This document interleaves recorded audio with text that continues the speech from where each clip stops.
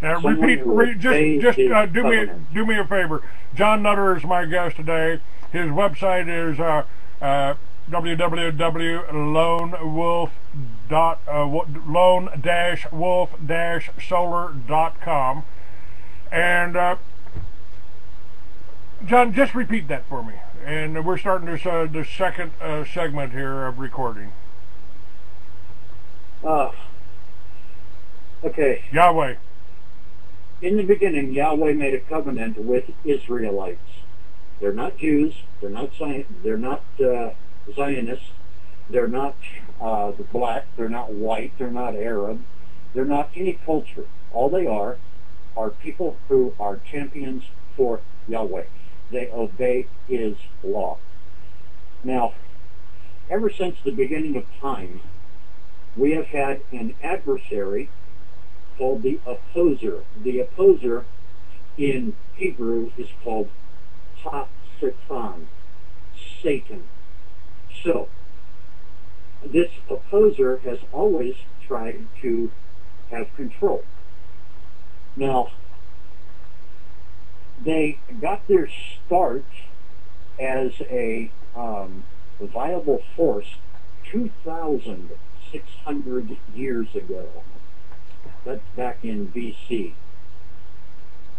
Now, what we have today is a whole bunch of people who practice the religion of Luciferianism.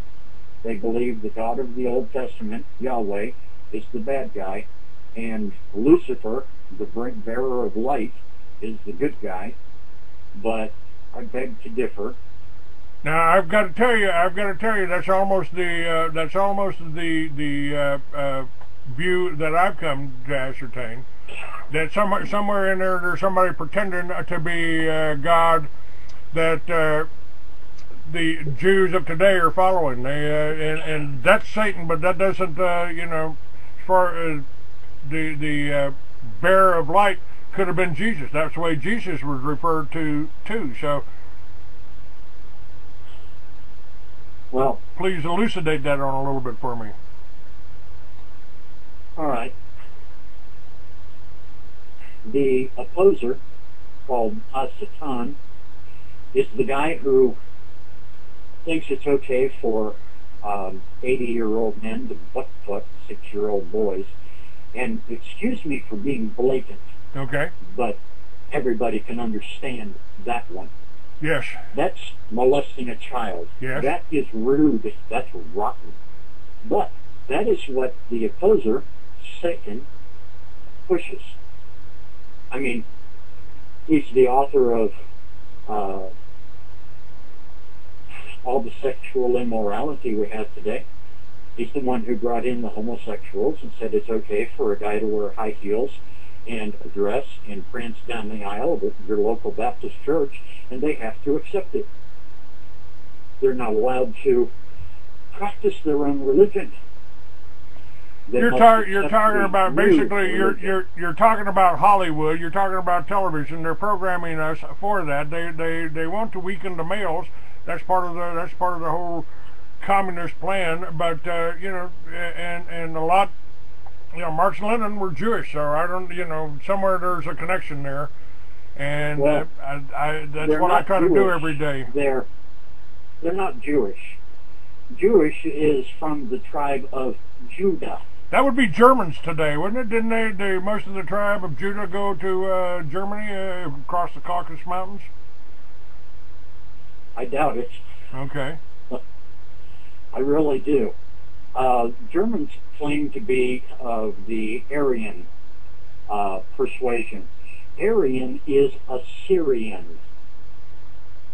The original term Aryan came from Syria.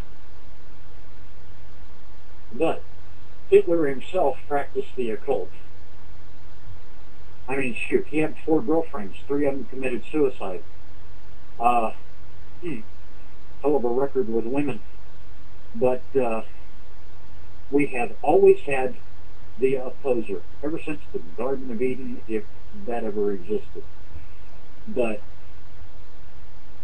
we have a bad side, we have a good side, we have Yahweh stating that Jacob I loved, Esau I hated. Why would he hate Esau? It's because Esau has, ever since he sold his birthright twice, has been trying to steal it back. Esau and his tribe of Ishmael, the illegitimate child of Abraham born to Hagar, his wife's maid. The problem we are having right now is, and will be until the end, a battle between the people who obey Yahweh and keep his covenant and the people who don't obey Yahweh and refuse to keep his covenant. Well, let me ask you here. You know, I've been approached by preachers. Well, Clay, how come we don't see you in church? Well, do you talk to God? Does God tell you what to tell your flock? Well, yes. Well, me too. You know, I believe we got a direct contact with God. I don't believe we got to go to a certain church or do things a certain way. And I wouldn't do what I do if I didn't think this is what God wanted me to do. You know, but I have always had a real strange feeling about organized religion being more about control, more about frightening you to make you scared of hell, when this may be hell that we're in right now, you know. Oh, this ain't nothing. This ain't hell. Okay. But what about organized religion? To me, when I walk out that door, John, I'm in my church. This is my world. You know, God made this world for me, and He made it perfectly. You know, the birds and the bees and everything does that. Well, you know, most people have been lied to. They really have. They've been lied to about several things. Number one, they call themselves human beings.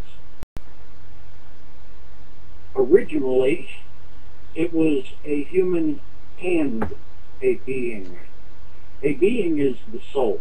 It's the part of you that actually is. Your being is housed in a biomechanical electrical body that we call human. Everybody is a twofold being. They are a human, terrestrial type. They are a being, the part of them that was made in Yahweh's image. Now, is it possible that that being can come back again and again? Is reincarnation? I mean, there's been enough cases of people that actually remembered prior memories to make this certainly testable and documentable. Do we have reincarnation here? Do we keep coming back here until we get it right? Oh, God, I seriously got that. But, yeah, I think it's possible. Because, you know, if we have to keep coming back until we get it right, we ain't never going to get it right. I mean, if it takes more than one chance, we're screwed. I don't know. I was told this was my last involuntary incarnation by somebody that was right about a lot of other stuff. At any rate, what did we do? How do we've been fighting this for 2,600 years for the adversary, maybe more than that, maybe back 10,000 years. You know, we don't know what the real story was on the battle between the Cro-Magnons and the Neanderthals. We don't really know where we came from. What is our hope? What can we do? I mean, other than my idea for Liberty Villages, what can we do? And a Liberty Village concept could be done in your local neighborhood, man. Dig up the backyards, put the solar panels on your roof, and turn off the power companies, or just use them for buying the power back from you that you generate. Other than that, what can we do? How do we oppose this? How do we oppose this adversary? Number one, you have to realize that there's only one way. There is only one way that the New World Order can be beaten. One. Only one. The adversary, or the New World Order, it has a lot of people under its control. It only allows us to see those who are on the surface that we really can't do anything about, but they keep the people, the extremely few people at the top, stay hidden. Nobody ever sees them. Nobody knows who they are. I mean, hell, we can see Evelyn de Rothschild. I can see Maurice Strong. They're not in control. Someone is controlling them that is richer than them. The people that are controlling everything that's going on are called the hidden hand. Those are the people we have to fight. Those are the people that we have to oppose. But most people don't realize that you just can't sit and wish. You know, it's kind of like crapping in one hand and wishing in the other and seeing which one gets full faster. But there is a way to stop it. Only one way to stop it. People have to return to obeying Yahweh's law, or God's law. If you are not obeying God's law, you have no chance. Turn to Deuteronomy. There is, I think it's Deuteronomy 28. There is a whole list of wonderful things that will happen to you if you obey His law. But in the next chapter, there are a whole bunch of bad things that will happen to you if you don't. Those have been proven true time and time again throughout the last 500 centuries, or 2,000 years. It works exactly that way. People have to return to obeying Yahweh's law. There is no other way. Also, people have to band together. All of the people that are obeying Yahweh's law need to come together, regardless of the paranoia, regardless of anything else. Because if they are obeying Yahweh's law, and I ain't talking Christianity, old, let's have a group hug, obey His law. It's found in Genesis, Exodus, Leviticus, Numbers, and Deuteronomy. It's the Torah. Not the Talmud, it's the Torah. Obey His law. A list of commandments are on my website. Okay. I obey God's law. There are 613 mitzvah, or commandments. Out of that 613, only 67 of them apply to me. Because I'm not a priest, I'm not a woman, I'm not in Israel. So to say that no one can obey the law is bullshit. I do it every day. Every day. I'm not sure what all the laws are, but I've gone through life without hurting no one, without stepping. I don't go up and I never pick a fight, and I don't throw the first blow. You know, so I don't know. Go to my website, and there's a list. Okay, I will do that. We got that link there. We've got that link, and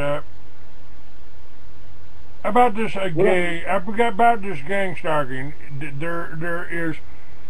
If what you say, if this is government sponsored, there's really nothing I can do other than die for these bastards. What can I do personally? They have not been able to stop me from talking about it. They've not been able to stop me from having guests like you on. They haven't been able to. They've tried to shut down my website. They've tried to commit me to insane asylums. They've tried to put me in jail. They've tried to do that, and they've tried to kill me and hold me in hospitals. They haven't succeeded at any of that. But they have succeeded, and I kind of woke up the other morning, and I went over and I opened up some of my blinds and all that, and opened up the some of the windows, and I realized and thinking about these bars, getting thrown out of these bars. Why do I care if I'm being thrown out of a bar? I shouldn't even be in there in the first place, because there's nobody in there that I want to see. But because my income level has been dropped to the point, if I want to go have a drink, I go to a bar where it's $2.50 instead of $5. So the economic pressure on me has affected My whole life. I mean, you know, I've always had boats, fast cars, you know, Jaguars, motorcycles, things like that. And suddenly after the accident, I've been reduced to almost a poverty level, and it's interesting. I think it's like God puts me in certain situations so I can understand what a million Americans are going through now. Homeless, traveling, you know, trying to exist on Social Security, and you know, to boot, I've got the opposition from this gang stalking mentality. I'm going to put a piece up on my website. I'll send you the URL when it's up, but it's going to talk about the relationship between in-community no-touch torture and the gang mentality, why they do it, why they don't know they're doing it, and how to survive. I pretty much beat these people. I mean, I beat them on levels that a lot of people just can't fathom. They just don't get it. Their personalized torture for me no longer works. It's no longer applicable. Well, you know what? That kind of echoes, John, exactly what the strategy. I decided, why am I going to this bar? First of all, I'm not an alcoholic, so I don't care whether I have alcohol or not. I got alcohol up in the cabinet there I never touch. I go out there to be social, to meet somebody, to you know, try to be somehow regain some type of normality into my life. But I'm not going to do it anymore. I'm not going to do it anymore. Stop doing what they expect. Stop doing what they expect. You think for yourself. You need to keep thinking for yourself. Change your routine. Instead of going to a bar, shit. Go to a museum. Go to a carnival. Go to Ripley's Believe It or Not up in Phoenix. Just do something different. Don't do what they expect you to do. Whatever comes into your head, I mean, you can tell the difference between your thoughts and an implanted thought. Whatever the implanted thought is, do something different. I mean, they want you to see biker bars as bad. Well, don't talk about them like they're bad. And every time they do something bad to you, talk about it in a good light. It screws their plan. I mean, shit. They used to send by a license plate that said FYI. It's supposed to mean for your information. And then they would have a message to the right of it. Well, I changed it to fuzzy yellow idiots. And that's all I saw. And then pretty soon, the fuzzy yellow idiots became boring, and I just forgot all about it. So it changed their torture regimen for me. Don't do what they expect. Don't ever do what they expect, and never go along with the plan. I appreciate that, because that is basically the conclusion I came to. Why would I even provide them with the opportunity to do this? You know, there ain't nobody in there that I want to talk to, ain't nobody I want to see. So, and there's a lot to do. There's a lot to do. There's a lot of people to see, and you know, we got a whole audience out there that needs to be able to listen to somebody that can think outside the box. And I always carry a wallet full of cards, business cards, with my address and my website on it. Now remember, they're trying to isolate you, okay? That is their main thing. Isolate you to where you have no support whatsoever. You know how you beat that? You go out and make friends. Go for a walk. Anybody that you run into, talk to them. And really be sincere. Don't talk about you. Ask them about them. Let them tell you anything that they'll tell you. Make a friend. That keeps you from being isolated. I mean, shit. I walk into Podprof. I'm good to my enemies. I'm nice to my enemies. I'm polite to my enemies and everyone else. I can't be isolated. My personality won't allow it. Well, that's part of the problem, you know, and this is just me. I mean, I have always been known as the loner. I refer to myself as the eternal stranger. You know, I don't have any real family ties. I don't you know, I don't necessarily stay in one place that long, you know, a year or two, few years. But because I'm always on the move, because I'm always going, I know people all over the world. I talk to people all over the world, but I don't have any contact with people. Somebody told me one time, Clay, you're a hermit. I go, what do you mean a hermit? Man, I talk to, I'm doing this, I'm doing that, I'm doing this. They said, but do you ever go over anybody's house? Other than isolation, the other thing they're trying to do is divide and conquer. Next time someone says it's an African American, you correct them and you say, no, they're not an African American, they're an American. No, they're not a German American, they're an American. Every time you say something, you change something. I mean, there was a Star Trek on, 25 years ago, where Mr. Spock said, you cannot watch a culture without changing. Also, every time you speak, especially if it's positive, you're changing something. You may not see it in your environment immediately, but as long as you stay positive, as long as you are speaking positive things, you are affecting grossly the people who are trying to destroy everything by dividing and conquering. You need to bring people together like I try to bring people together, even the ones I don't like. You know, I've said we are to be, the Jews out there, the Christians out there, the Muslims out there are to be locking arms and going, we ain't gonna tolerate tyranny in any form, shape, or form. You know. Even the Quran for the Muslims, it states to obey God and keep His commandments. That was ordered by Muhammad.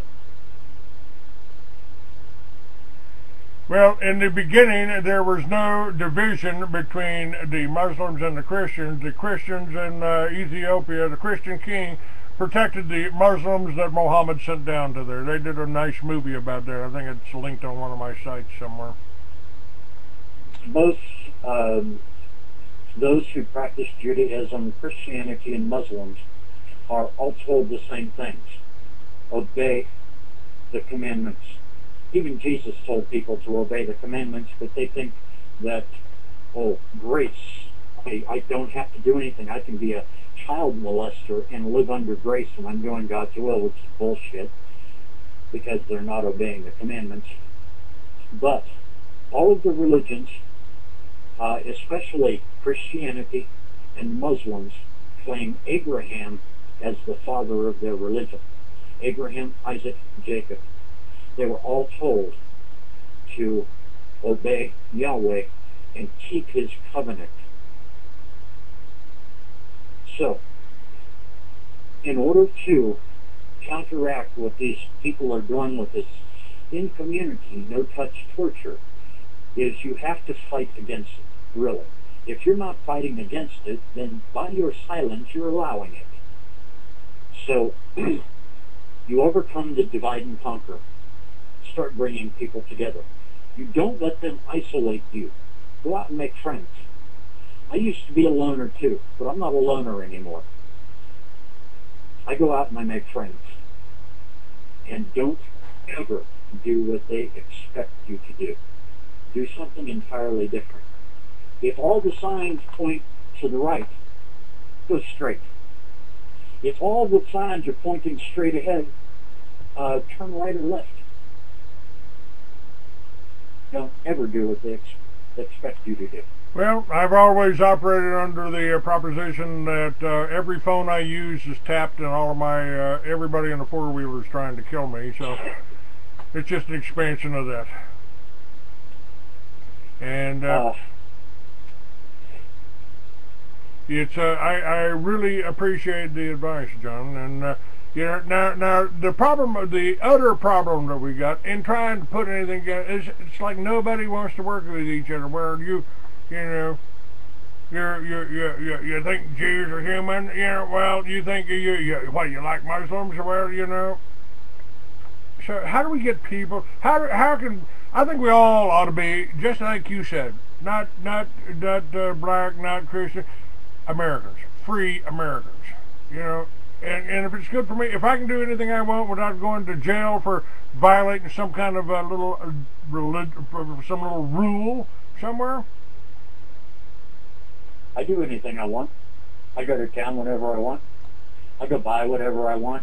Well, mostly what I want. Freedom and slavery, it's in your mind. Nowhere else. It's in your mind. And it comes from believing fiction, believing lies. We are a human plus being. We can't be isolated because we can go make friends. We can't be divided and conquered because we can bring people together. And that's what they fear about you and me and people like us. We bring people together. We don't do as we are expected to do.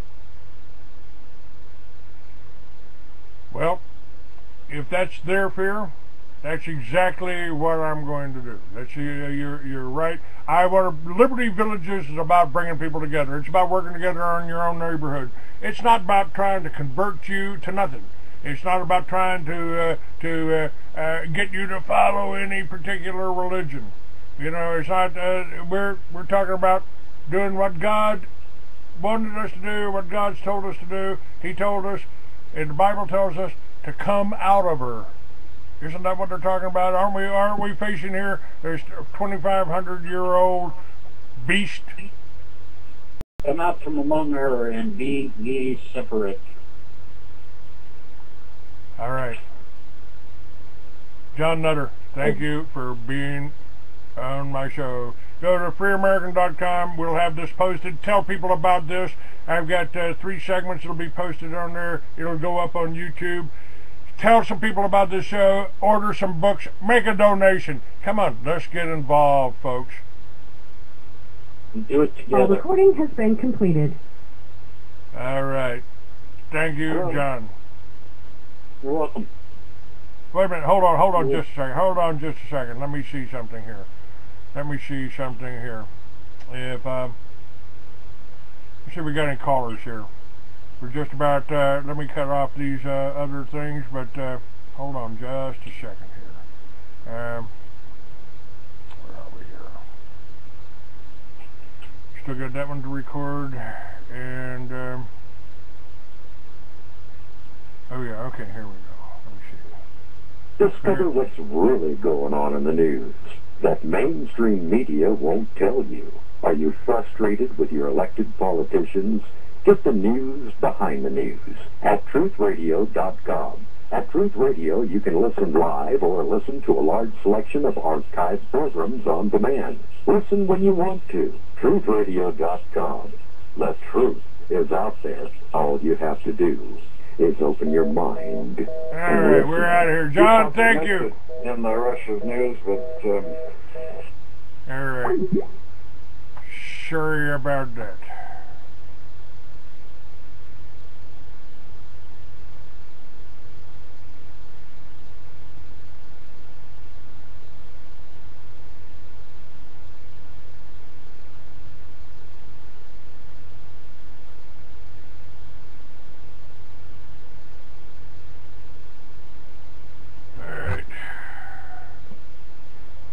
In the meantime,